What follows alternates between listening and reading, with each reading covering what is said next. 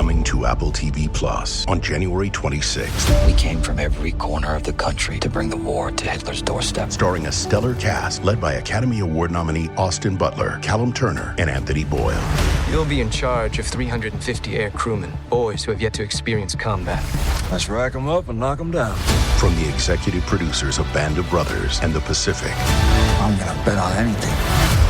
I'm gonna bet on us.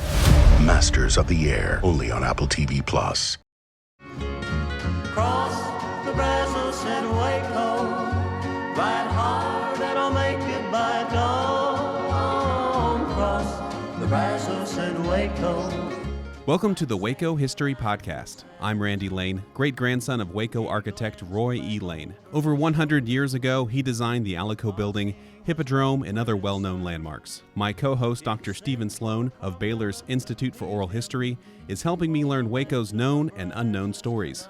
On this episode, tree sitting. And the summer of 1930 is when the craze kind of hits Waco, where kids primarily are going out and trying to do endurance sits in trees. It may seem like trendy challenges are a recent thing. Others all around town had jumped up into trees. It was so popular that one Wacoan even held the world record. The press actually dubbed Kellner Volunteer Tarzan. And now, join us on a trip into Waco's past.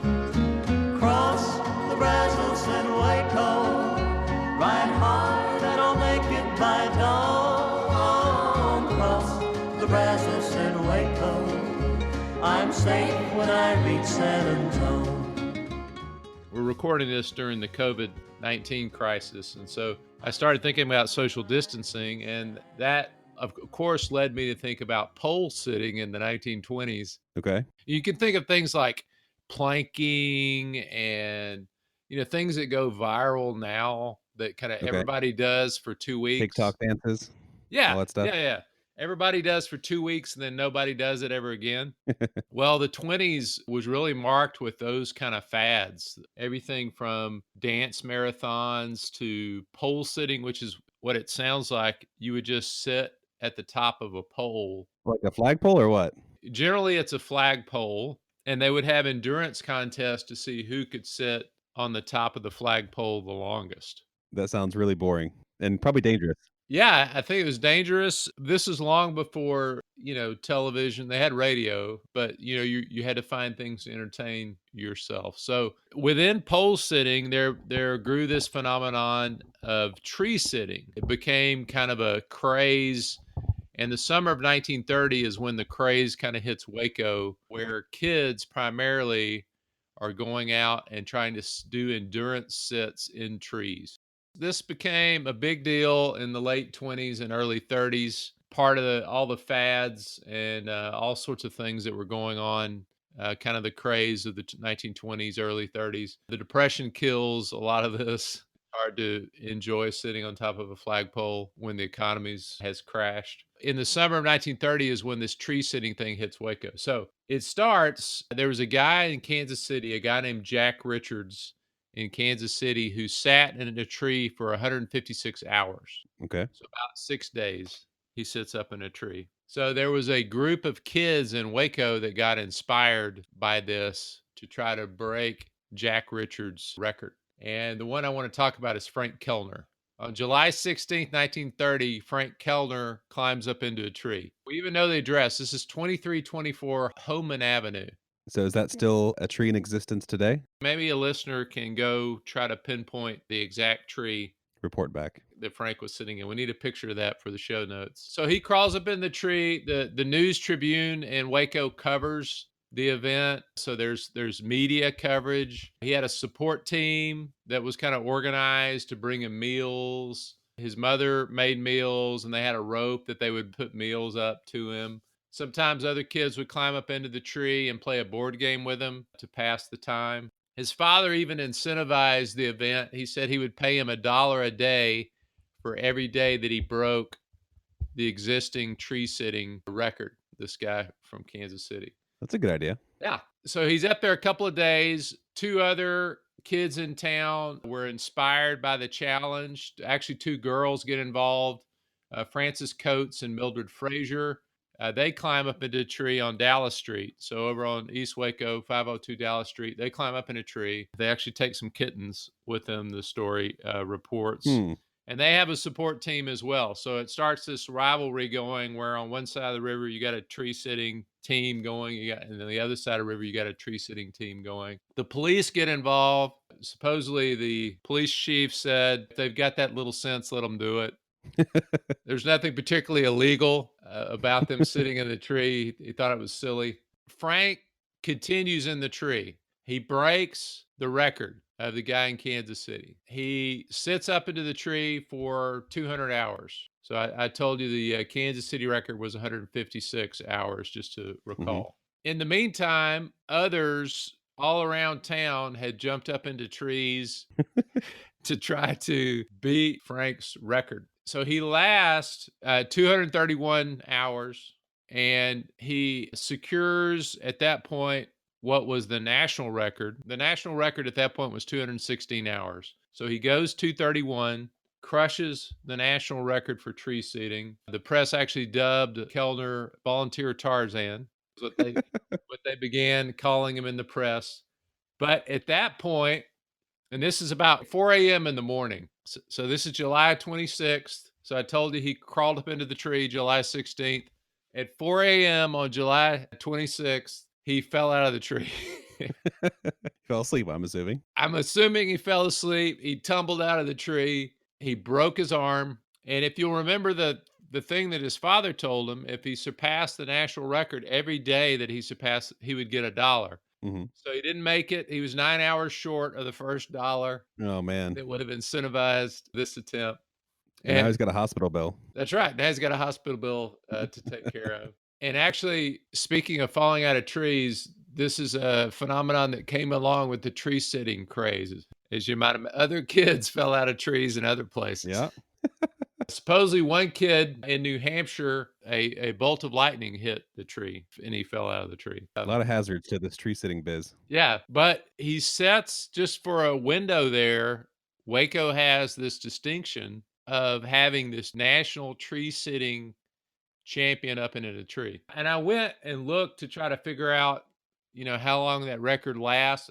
I'm limited in how I can research right now just because of the current situation we're in. But what's funny about tree sitting is in the 70s, it becomes an environmental kind of thing to do. And so if you're against some sort of development or something like that where a tree would be threatened, you would go up and sit in a tree, opposed to chaining yourself to a tree. You could chain yourself up top, and that might have even helped our hero here and keep him in the tree when he fell out. I'm sure if he had thought about that, he could have at least made $1. And so I looked, and the best I can tell, the tree sitting record now is like over 400 days. And I think that guy, had like a tree house or... I was about to say, there has to be some stipulations to this because we actually have a tree house in our yard. And I'm pretty sure, if my kids really wanted to, they would spend a whole week up there. No problem. So I think this may solve your situation at home right now during the... Share this story with them. $1 every day they go past the national tree sitting record. They could do that. We think of these crazes as being things of the now, but they're also things historically. And so just summer of 1930, the tree sitting bug hit and it went nuts in Waco. Well, I think it even connects more to the now than you can imagine because my kids are all about watching YouTube videos these days. And there's this 24-hour challenge craze. And so somebody does something for 24 hours. They were watching one of some girl doing painting for 24 hours. And they even tried it themselves. They wanted to spend 24 hours in the garage. Like that was going to be some distinction. And kind of like you said, it was good to kind of, have them otherwise occupied for a while. They didn't make it 24 hours. How long did they last in the garage? Oh, I think it was about 6 hours. So, as it gets hotter, that's less appealing. But it definitely connects, to this tree sitting thing because kids today are doing these 24-hour challenges. And, it fits very nicely with the tree sitting challenges of back in the 30s. That's right. Everyone wants to be famous for something. Even if it's just in the house, they're famous. Yeah, I can see kids today, they go up there with their cell phone and they're live tweeting, live Facebook Live, TikToking, whatever, in the trees. That's right. I could see it. Frank was up there exposed to the elements. He was hardcore. And it was a cottonwood tree. So somebody go looking for that cottonwood tree on Homan Avenue. They can find it. We'll feature it prominently on our social media if you can find the tree. It'll be up there with the haunted couch. All right, Stephen. Well, thank you so much for sharing that little nugget of Waco history. That's fun to do. Cross the Brazos and Waco, ride hard and I'll make it by dawn. Cross the Brazos and Waco. Thanks for listening to the Waco History Podcast.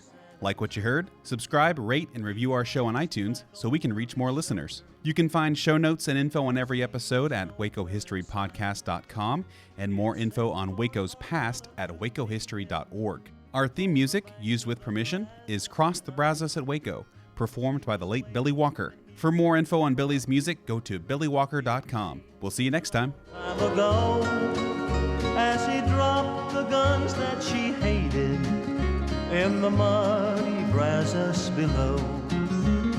Cross the Brazos and Waco, ride hard and I'll make it by dawn. Cross the Brazos and Waco, I'll walk straight in old San Antone.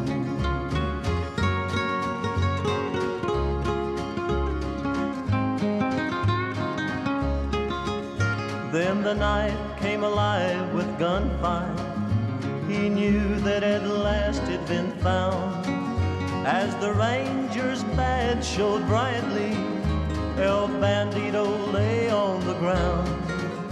Carmela knew he was dying, that all of her dreams were in vain.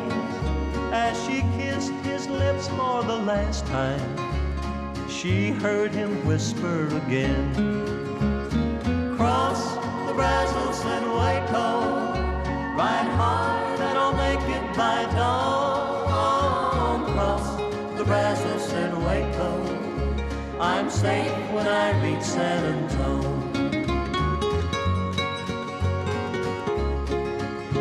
I'm safe when I reach San Antone.